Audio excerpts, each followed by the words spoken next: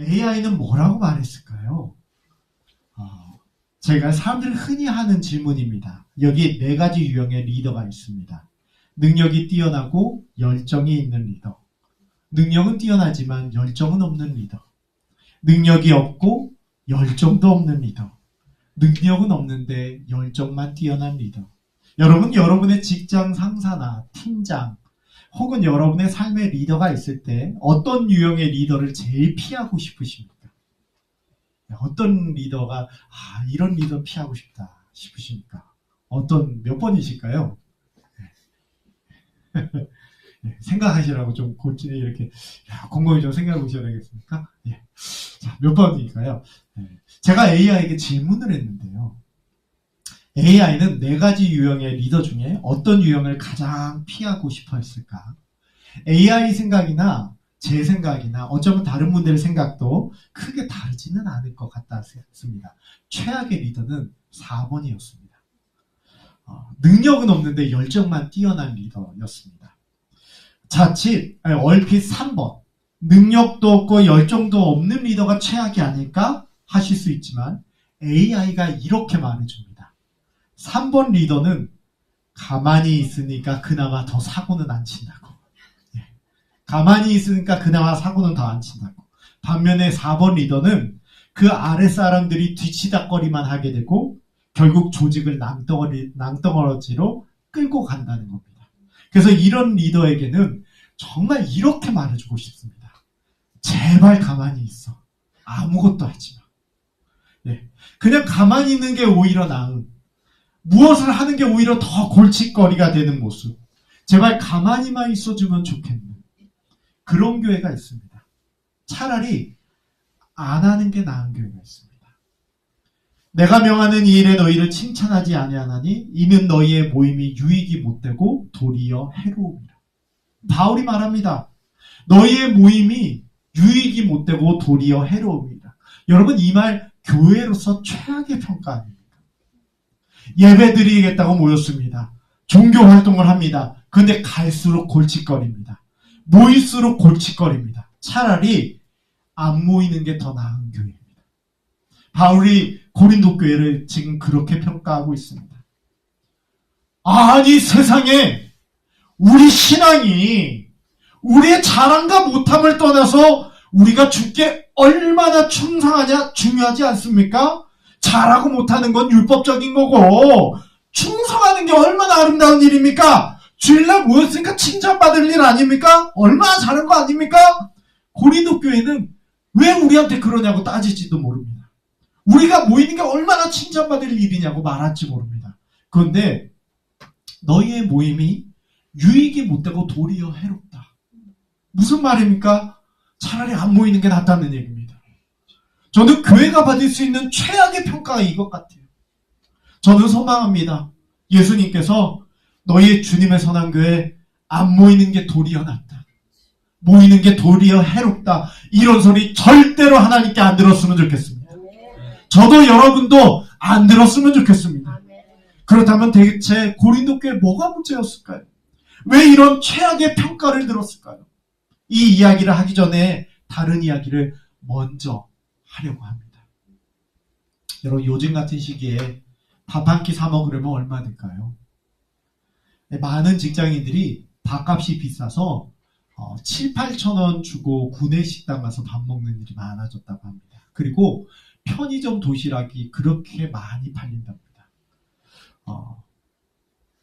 그러니까 7, 8천 원도 사실 좀 비싸다 느껴져서 그렇게 사 먹는다는 것이죠.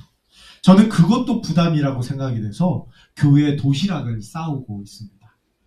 점심과 저녁 두 끼를 든든하게 도시락으로 먹으면 배부르게 먹을 수 있어서 참 좋습니다. 그리고 돈도 굳었다 생각이 들어서 더 좋습니다. 그런데 3,000원짜리 밥을 파는 식당이 있습니다. 메뉴는 단 하나, 김치찌개입니다. 한 목사님이 운영하는 식당인데 솔직히 3,000원짜리 음식이 퀄리티가 좋으면 얼마나 좋겠습니까? 그렇잖아요. 아무리 목사님이라고 해도 그분도 작지만 인건비 받아가시고 식재료비까지 생각하면 퀄리티가 그렇게 좋게 그렇게 나올 수 없어요. 제가 궁금해서 식당 가봤습니다. 그런데 가격 말고 좋은 게 있었습니다. 맛도 좋았지만 공깃밥이 무제한이라는 겁니다. 그런데 공깃밥 퀄리티가 좋을까요? 공깃밥 퀄리티가 좋을까요? 3,000원인데. 요즘 세상에 좋다고 말할 수준은 아닙니다. 누룽지가 섞인 떡밥 같은 것도 있는. 근데 그냥 그거 마음껏 퍼먹을 수 있는 거예요. 내가 그곳에서 밥을 먹는데 주변이 이렇게 눈에 들어옵니다. 근데 눈을 의심하게 만드는 광경이 하나 보였어요. 한 마른 노인분께서 밥을 고봉밥으로 퍼드시는 겁니다. 고봉밥을 이렇게 퍼는 거예요. 자, 알았습니다. 그 어르신은 그 한 끼로 하루를 버티는 거였습니다. 배가 터질 듯 많이 먹어서 그것으로 오늘을 이겨내는 겁니다. 그 가게 목사님은 3,000원짜리 김치찌개를 하는 게 아니라 오늘을 이겨낼 수 있게, 오늘을 버텨낼 수 있게 해주는 따뜻한 밥 한 끼를 파는 것이었습니다. 팔접반상은 아니지만 목사님은 오늘을 버텨낼 수 있게 해주는 따뜻한 밥 한 끼 주고 싶으셨던 겁니다. 고린도 교회는 왜 안 모인 게 나은 교회가 됐을까요? 고린도 전서의 11장에는 우리에게 익숙한 말씀이 있습니다. 많이 들어보셨죠? 바로 성찬식에 대한 말씀입니다. 특별히 27절에서 29절 말씀은 우리에게 경고가 되기도 합니다. 주의 몸을 분별하지 못하고 먹고 마시는 자는 자기의 죄를 먹고 마신다. 저는 그래서 여러분들께 성찬식 하기 전에 경고를 합니다. 자신을 돌아보지 않고 성찬식에 떡과 잔을 마시는 거 자기의 죄를 먹고 마시는 것이라고 말합니다. 그래서 우리 교단의 표준 예식서를 보면 양심의 가책을 느끼는 이는 성찬에 참여하는 것에 대해서 스스로 삼가는 것이 가한 줄 압니다. 라고 말하게 되어 있습니다. 우리 교단 표준 예식서에 나옵니다. 그래서 실제로 성찬식 때 마음에 걸려서 참여 안 하는 분들도 계십니다. 특히 29절 말씀, 29절 다음 말씀은 더욱더 큰 경고가 됩니다. 한번 읽어볼까요? 그러므로 너희 중에 적지 아니하니 우리가 우리를 살폈으면 판단을 낳지 아니하려니와. 이 부분을 쉬운 성경은 이렇게 번역합니다. 이런 이유로, 주의 몸을 분별하지 않고 먹고 마셨던 그 이유로 여러분 중에는 약한 사람이나 아픈 사람이 많이 있고 죽은 사람도 적지 않습니다. 우리가 자신을 분별하였다면 심판을 받지 않았을 겁니다. 무슨 말입니까? 주의 몸을 분별하지 못하는 그 행위 때문에 이런 결과가 있을 수 있다는 경고입니다. 경고의 말씀입니다. 그래서 성찬식을 거행할 때 충분히 회개 기도할 수 있는 시간을 제가 여러분들께 드리고 있는 겁니다. 그런데 주의 몸을 분별하지 못하는 모습이 단순히 성찬식을 거행할 때 스스로 돌아봄 없이 그냥 빵 오니까, 그냥 잔 오니까 이것만을 말한다고 저는 생각하지 않습니다. 왜냐하면 성찬에 관한 본문은 이렇게 구성이 되어 있습니다. 성찬에 행하는 고린도 교회의 모습을 책망하고 성찬식에 대한 가르침을 주며 성찬에 행하는 고린도 교회에게 지침을 줍니다. 초대교회 시절에는 우리가 지금까지 우리가 계속 행하는 성찬식과 조금은 다른 모습이 있습니다. 공동체가 함께 식사를 하는 모습까지 성찬으로 다루게 됩니다. 그래서 20절과 21절이 이렇게 말하는데 한번 읽어보실까요? 그런즉 너희가 함께 모여서 주의 만찬을 먹을 수 없으니 이는 먹을 때 각각 자기의 만찬을 먼저 갖다 먹으므로 어떤 사람은 시작하고 어떤 사람은 취함이라. 현대인의 성경을 보니까 이렇게 얘기해요. 그러므로 여러분이 함께 모여서 먹는 그것은 진정한 성찬이라고 할 수 없습니다. 여러분이 가져온 음식을 나눠 먹지 않고 각자 자기 것을 먼저 먹어버리므로 어떤 사람은 배가 고프고 어떤 사람은 취하기 때문입니다. 결국 바울은 성찬이라고 지금 말할 때 주님의 찢긴 살과 흘린 피를 기념하면서 공동체가 함께 모여 식사를 하는 걸 성찬이라고 말합니다. 그렇다면 주의 몸을 분별하지 못하는 모습은 단순히 내가 지금 죄를 짓고 회개도 안 하면서 성찬식에 작은 빵과 작은 잔 먹는 거, 이것만을 말하는 게 아니라는 걸 알 수 있습니다. 바울은 그걸 지적하고 싶었습니다. 너희가 먹고 마실 집이 없느냐? 너희가 하나님의 교회를 업신여기고 빈궁한 자들을 부끄럽게 하느냐? 내가 너희에게 무슨 말을 하랴? 너희를 칭찬하랴? 이것으로 칭찬하지 않노라. 그런즉 내 형제들아, 먹으러 모일 때 서로 기다리라. 34절 같이 읽어볼까요? 만일 누구든지 시장하거든 집에서 먹을지니 이는 너희의 부인이 판단받는 부인이 되지 않게 하려 함이라. 그 밖의 일들을 내가 언제든지 갈 때에 바로잡으리라. 고린도 교회가 왜 안 모이는 게 더 나은 교회가 됐습니까?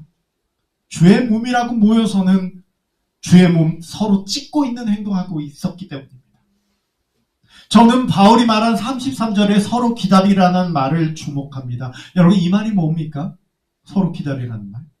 단순히 아버지가 수저들지 않았으니 아들이 왜 수저를 들어 잠깐 기다리고 있어? 달리기를 하려고 하는데 남들보다 먼저 출발하면 안 돼. 출발 신호 받고 요이 땅! 그래서 모두 다 왔지? 다 왔지? 자, 요이 땅! 식사 시작! 이런 기다림 말하는 걸까요? 아닙니다. 본문에서 부자들이 기다려주지 않음은 단순히 배가 고파서 먼저 먹었다는 시간적 차이가 아니라 상대방의 사정과 형편을 고려하는 기다림이 없었다는 겁니다. 그게 주의 몸을 분별하지 못하고 먹고 마시는 모습이었습니다. 지체가 이렇게나 힘든데, 이렇게나 아픈데, 하루를 버텨가듯 살아가고 있는데 그걸 돌아보지 않은 것을 말하고 있습니다. 그래서 주님은 차라리 너희가 주의 이름으로 모였다고 하는데 그럴 거면 차라리 안 모이는 게 낫다. 교회로 모여서 지체의 마음이나 찢어놓고 있는데 그런 모임 차라리 안 하는 게 낫다. 가르쳐 주시는 겁니다.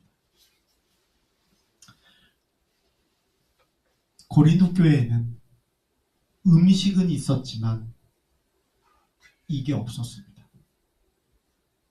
오늘을 버텨낼 수 있게 해주는 따뜻한 밥상, 이게 없었습니다. 저는 3,000원짜리 김치찌개 목사님이 해준 게 그 기다림의 모습이 아닐까 싶습니다.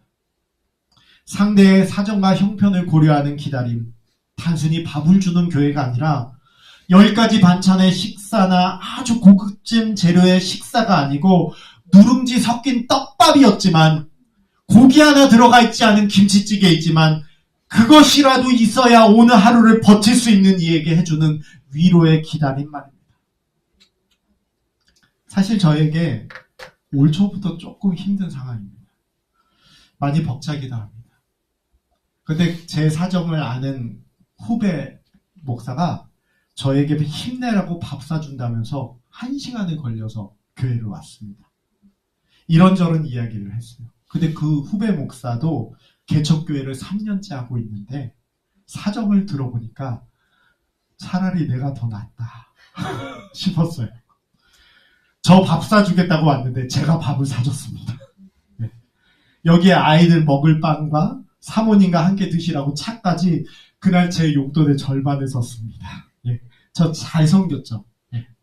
힘들어하는 목사, 큰 힘 되지 못해도 오늘 이겨내라고 밥 한 끼 사주려는 그 후배 목사님. 그 마음으로 이미 힘 얻었기에 저도 똑같이 큰 힘 돼주지 못해도 오늘 잘 버텨보자고 밥 한 끼 사줬습니다. 지금의 상황은 많은 이들에게 경제적으로 힘든 때인 것 같습니다. 전쟁으로 인한 고유가나 그로 인한 물가 상승 등. 하지만 저는 샬롬의 집 식구들에게 비록 한 달에 한 번뿐이지만 그래도 오늘을 버텨낼 수 있는 밥 한 공기 주는 것. 힘들게 사역하는 선교사, 사역자들이 잠시나마 위로받고 일어설 힘을 얻을 수 있게 하루를 버틸 수 있게 해주는 밥 한 공기 같은 것, 그거 해주는 것. 교회 식구들 중에 아니면 오늘 교회 처음 나오게 되는 그 누군가에게 하루를 버틸 수 있게 해주는 그 밥 한 공기 같은 사람, 사역, 교회. 그래서 힘들 때 옆자리에 같이 앉아 있어 주는 것도, 그 어려운 처지 이해하고 중보 기도해 주는 것도, 힘내라고 말 한마디 건네주는 것도 밥 한 공기가 된다고 생각합니다. 그런데 비로소 우리의 예배가 완성될 줄은 믿습니다. 너희의 모임이 유익이 못되고 도리어 해로움이라. 저는 이 반대의 교회가 됐으면 좋겠습니다. 너희의 모임이, 너희의 예배가, 너희의 교회가 유익이라. 별 볼 일 없어 보이는 3,000원짜리라 하더라도 그게 주의 몸을 세우는 도구가 될 수 있음을 기억합니다. 하루를 버틸 수 있게 해주는, 하루를 이겨낼 수 있게 해주는 그런 주의 만찬을 이루는 제가 되었으면 좋겠고, 여러분이 되셨으면 좋겠습니다. 같이 기도하겠습니다.